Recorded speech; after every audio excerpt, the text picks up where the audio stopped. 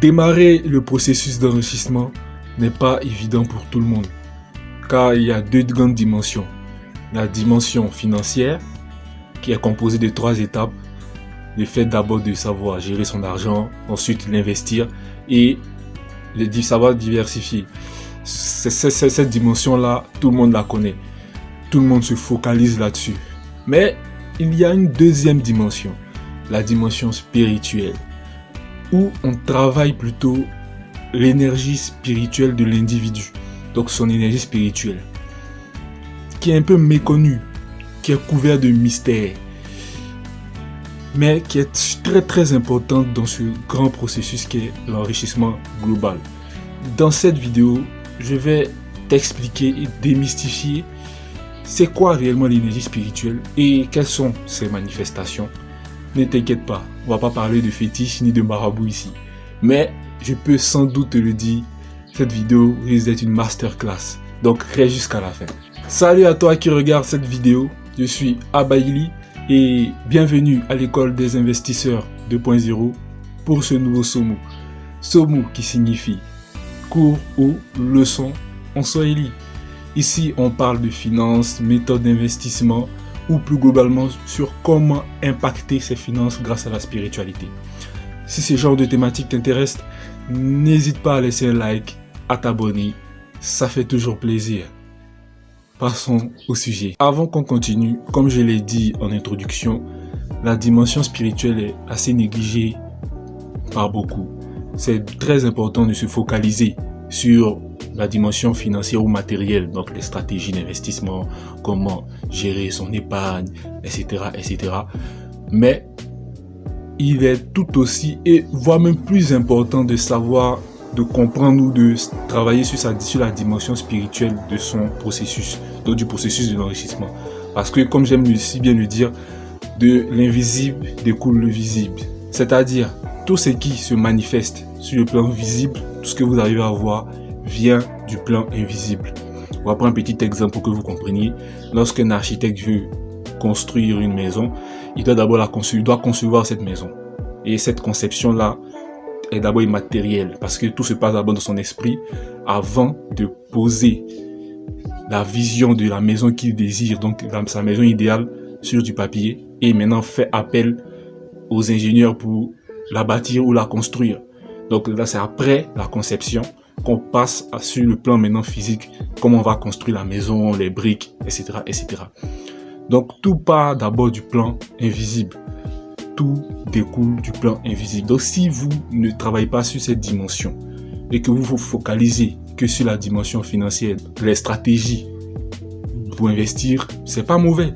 Mais croyez-moi que ce sera beaucoup plus difficile et c'est pas ce qu'on veut ici. Maintenant qu'on a compris l'importance de la dimension spirituelle, donc le fait de travailler sur la dimension spirituelle de chaque être, il faut maintenant essayer d'expliquer c'est quoi la spiritualité, la dimension spirituelle, bref, tout ce mystère. Nous sommes tous des êtres spirituels car nous sommes faits d'énergie.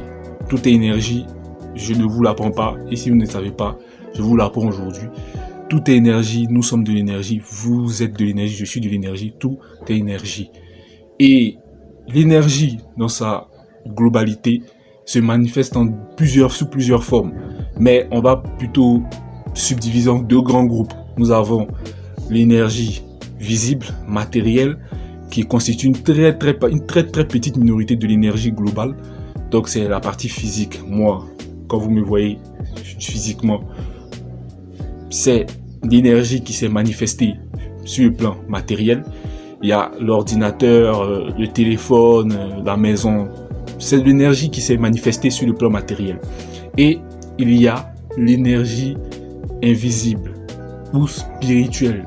Parce qu'une fois qu'on rentre dans le cadre de l'invisible ou de le monde invisible, on parle maintenant de spirituel, non de spiritualité.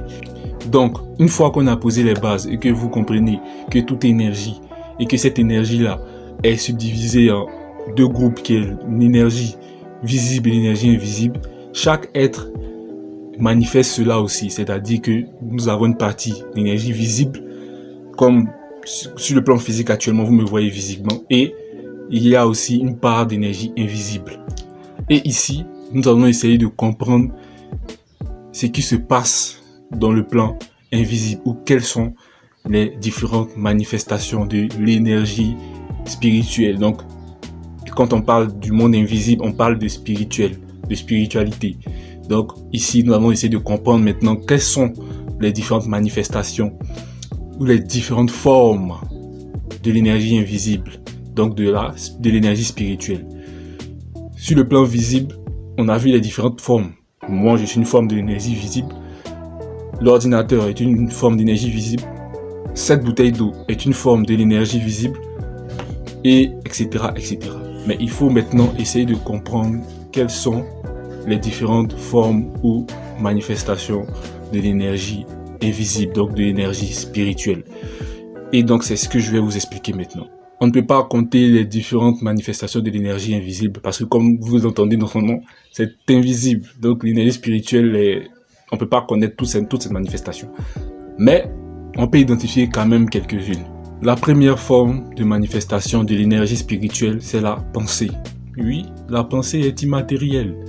Vous ne pouvez pas toucher la pensée, à moins que vous parliez. Nous ne pouvons pas savoir à quoi vous pensez à l'instant T. Elle est immatérielle. Et votre pensée est le vecteur qui va influencer votre réalité.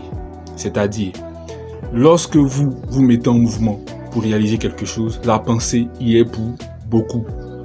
La pensée va déclencher des émotions et ces émotions-là vont déclencher des actions.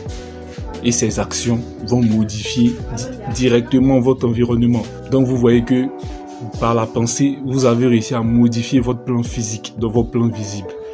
La pensée qui est immatérielle à la base, vous avez pensé, vous avez eu par la suite une émotion et cette émotion-là vous a poussé à agir et à modifier votre plan physique. Donc la pensée est la première forme de manifestation de l'énergie spirituelle.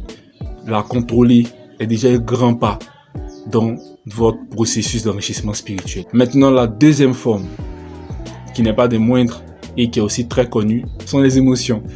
Puis, l'émotion ou les émotions sont une forme ou une manifestation de l'énergie spirituelle. On ressent les émotions.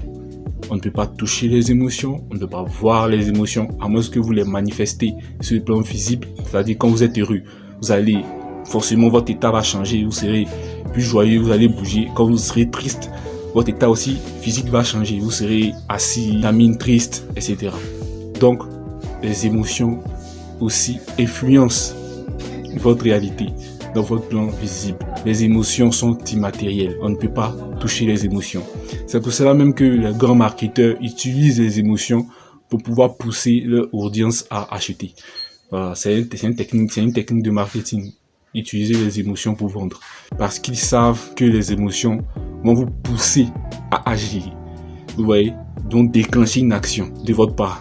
Donc la plupart du temps, ils touchent vos émotions et la plupart du temps aussi, vous passez à l'action, donc vous passez à l'achat. Bref, ça c'est la deuxième forme, ou deuxième manifestation de l'énergie spirituelle. Nous avons maintenant la troisième manifestation de l'énergie spirituelle. Et ça, c'est la plus connue aussi, la plus simple. C'est la connaissance. Oui, la connaissance n'est pas physique, elle est immatérielle. On la transmet. Comme ce que je suis en train de faire avec vous maintenant. Je vous transmets de la connaissance. Mais cette connaissance-là, elle n'est pas matérielle. C'est mon énergie c'est mon énergie spirituelle que je vous transmets. Et quand vous l'assimilez, vous aussi, vous recevez cette énergie. Parce que grâce à la connaissance, vous pouvez, par exemple, si vous avez des rêves, vous pouvez les réaliser. Si vous voulez devenir riche, vous savez.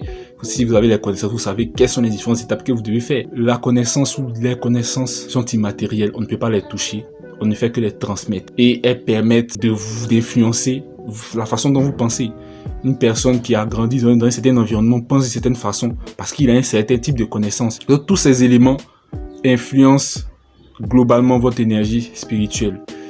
Et pour terminer, nous avons l'énergie sexuelle ou le désir. L'énergie sexuelle, c'est la plus grande énergie de tous.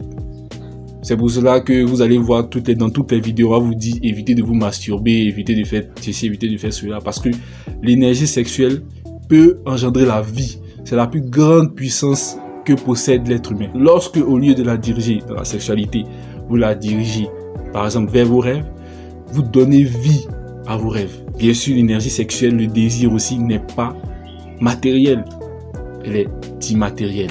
Et ça aussi, c'est une manifestation de l'énergie spirituelle. Bien sûr, la liste n'est pas exhaustive, mais déjà, ces 4 manifestations sont les plus grandes manifestations que vous pourrez voir autour de vous. Les pensées, les émotions, la connaissance et le désir ou l'énergie sexuelle. Donc, comprendre ou connaître ces 4-là déjà, si vous essayez de les comprendre, de les canaliser, vous canaliserez une grosse partie de votre énergie spirituelle. Et le fait de contrôler une grande partie de votre énergie spirituelle va vous faciliter dans votre processus global d'enrichissement. Donc, je crois qu'on va arrêter cette vidéo parce que ça devient de plus en plus complexe. Il y a beaucoup d'informations. Donc, si vous voulez que je rentre encore plus en profondeur, n'hésitez pas à laisser un commentaire et à me le faire savoir. Et si ce genre de thématique vous intéresse aussi, likez et n'oubliez surtout pas de vous abonner. Ça fait toujours plaisir. Donc, merci d'avoir regardé cette vidéo. C'était Abaili et je vous dis bye.